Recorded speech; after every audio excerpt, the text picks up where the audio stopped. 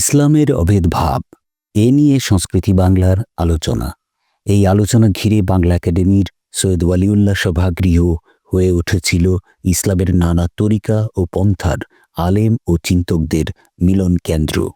ইসলামের বিভিন্ন মত রয়েছে, কেউ সুফিবাদী এবং কেউ হচ্ছে বিভিন্ন স্কুল অফ থটের, বিভিন্ন স্কুল অফ পলিটিক্সের লোক রয়েছেন। তাদেরকে একসাথে করার যে প্রচেষ্টাটা, একসাথে করে তাদের কথা শোনা এবং কিভাবে তাদের মধ্যকার বিভেদের অবসান করে একসাথে সহাবস্থান করা যায়, এই যে উদ্যোগটা, এই উদ্যোগটা সম্পূর্ণই নতুন এবং আমি মনে করি এটা একটা মহতী উদ্যোগ।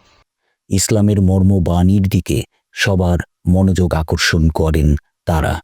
কোনো জায়গায় হামলা কাম্য নয়, কোনো জায়গাতেই মামলা ইসলাম সমর্থন করে না। রাষ্ট্রের ক্ষেত্রে যে অভেদ নীতি যেটা আসলে হওয়া দরকার ছিল, সেই জায়গাটা হয়। সমাজ ও রাষ্ট্রে শান্তি নিশ্চিতে এ ধরনের আলোচনা আরও প্রয়োজন বলে জানান সুধীজন, দর্শক ও শ্রোতারা। যার যার মতাদর্শকে সঠিক মনে করে, নিজেকে শুদ্ধ মনে করে আরেকজনকে নিপীড়ন করা, আরেকজনকে বদ্ধ করা, সেটা বন্ধের যে ঐক্যের ডাক, সেই আজকের এই প্রোগ্রাম থেকে বুঝতে পারলাম। আমরা সর্বসময় চাই সবাই মিলে একসাথে কাঁধে কাঁধ মিলিয়ে আমরা যেন জীবনযাপন করতে পারি এবং যার যার ধর্ম শেষে পালন করব, কিন্তু অন্যের উপরে যেন কখনো আমরা জোর জবরদস্তি না করি।